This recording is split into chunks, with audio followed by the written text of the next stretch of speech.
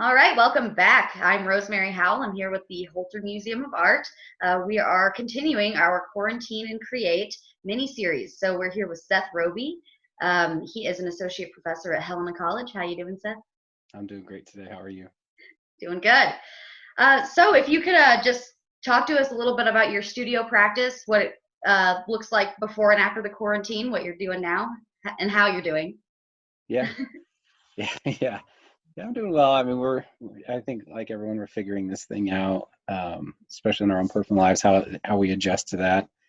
The studio practice itself has been kind of interesting, more or less because even though you usually as an artist create, or at least I create primarily in my own studio by myself, there's still sort of this I don't know, this lingering thing in the back of your mind now of like you can't have anybody in, and you're not supposed to be. I don't know, sort of like showing and telling at the same degree. I used to, people would pop in throughout the day, and there's studios that are near mine, and so people would be able to sort of have some camaraderie. But with that gone, there's still sort of like this air about it.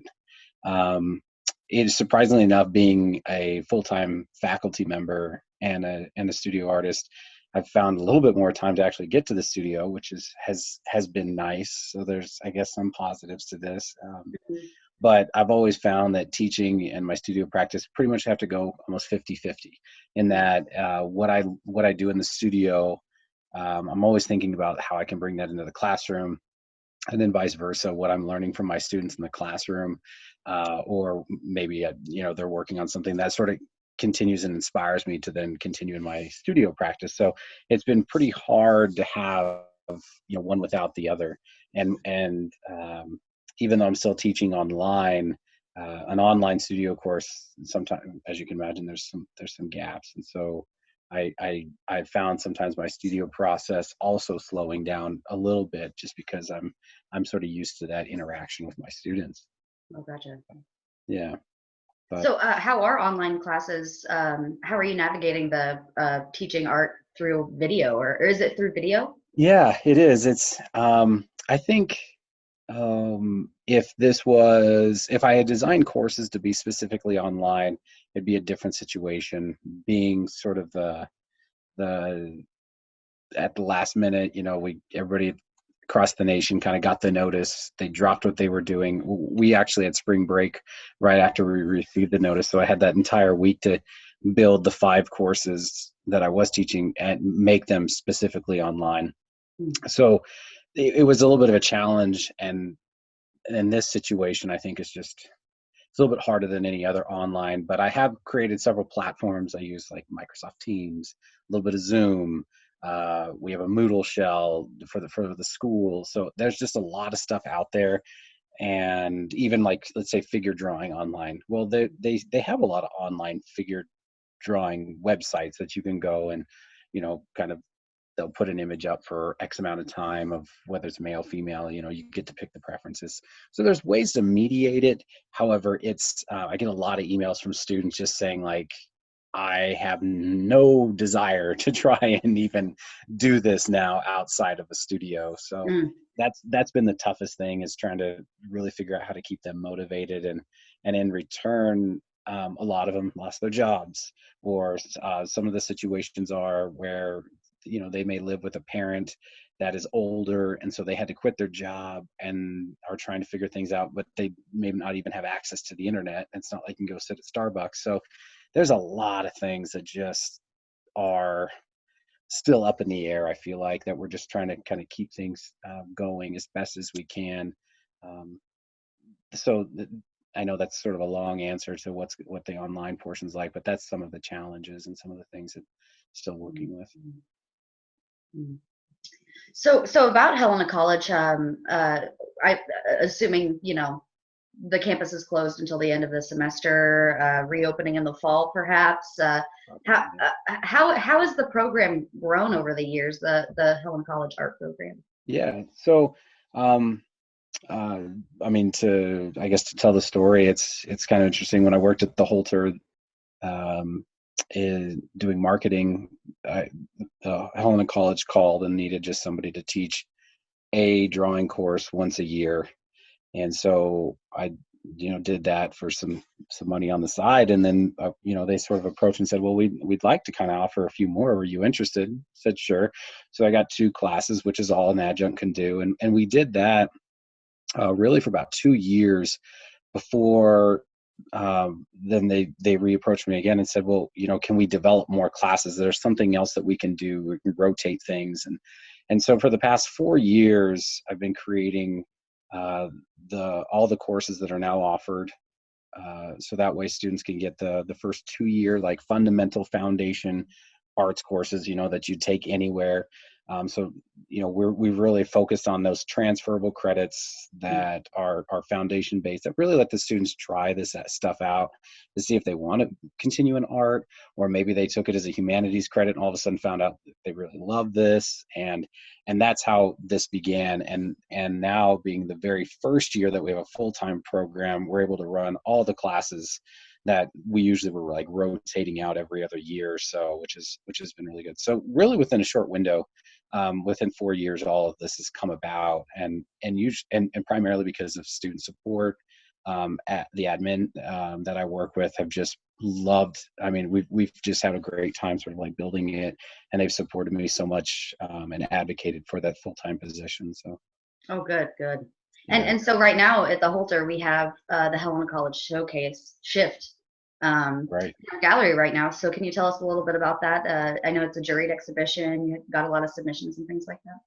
Yeah, yeah. I mean, we were really trying to give something that we could kind of see as a sort of a capstone. There are art majors who are transferring on, and we wanted to be able to give them something that they would get some experience with, learning how to just even operate submitting to a show. So there was that, and then another professor there, Kim Fai, she approached and just said, is there some way that we can make this thing sort of a bigger campus wide? And so we started talking and got this idea together, and really worked hard over the summer, so that way we could launch it, start advocating for it. And we came up with the term shift, just because we felt like Helena College is always about shifting. We're a 2 year institution that I mean, constant revolving door of students. We have to bend really quickly to the times, being sort of that 2 year even trades program. There was also, I mean, it's an election year. I mean, now this, I mean, the term luckily, shouldn't say luckily, it's not the best, but it has really sort of continued to take on new meaning. And the students, I was really shocked. They want to do a lot. They want the exposure, they want the experience, and so that this show was really a nice way of highlighting what students are doing that aren't even taking art. Some are just at the trade campus, and so we're trying to use that to bridge this dialogue between the 2 campuses that we have amongst Helena College. We're also, we had an open invite to faculty, to clubs, to anybody. So that way we'd have this space where we can really expose each other to what it is that we're doing, and have this sort of shared dialogue of basically the work from the semester, and in really the full year. So it was really nice. And then of course having it the Holter is such an amazing space for us, as we don't currently have a space to really showcase that. And it's been a real treat for the students. I mean, I get a Yeah. lot of And we emails did get just to so have excited. the opening reception, luckily, before everything shut down. So Yeah, that was the really window of fantastic. opportunity on that, right? Just that little brief moment. And yeah, Yeah, yeah. And we do have the virtual video tour of the exhibit that'll be up on our website and on Facebook and things like that. So, people can see it, although the opening night was the day that the Holter had to close. yeah, yeah. Yeah, I almost felt like, sending, an apology and a dozen roses the day after, be like, thank you, Holter, so sorry, but thank you so much. No, we're really excited to host the show, and we're hoping that it'll continue in the future. We can only see the Helena College Showcase growing, right? Is that your vision for it as Absolutely, well? absolutely. Yeah, I mean, we're still exploring new courses and mediums. We're looking forward to trying to get sort of a digital media course going, which would encompass like digital photography, animation, graphic design. Try to get some of these sampling courses out there that just continue to allow students, allow people from the community to take these courses and dabble, to experience, to try out. And I mean, I've just found a great freedom, and it within that institution, that they are open to the arts so much that they kind of let me produce what I feel is needed. So it's been really good. Very cool. Yeah. Well, thank you so much for coming on today, Seth. It's been really great to hear about your own personal practice and Helena College and the Shift Helena College showcase that we have up at the museum. Absolutely. Thanks for having me. And we're going to keep continuing these quarantine and create videos, coming into artist studios, getting a feel for what they're doing. So thanks so much, Seth. Thank you so much, Rosemary. Have a good one.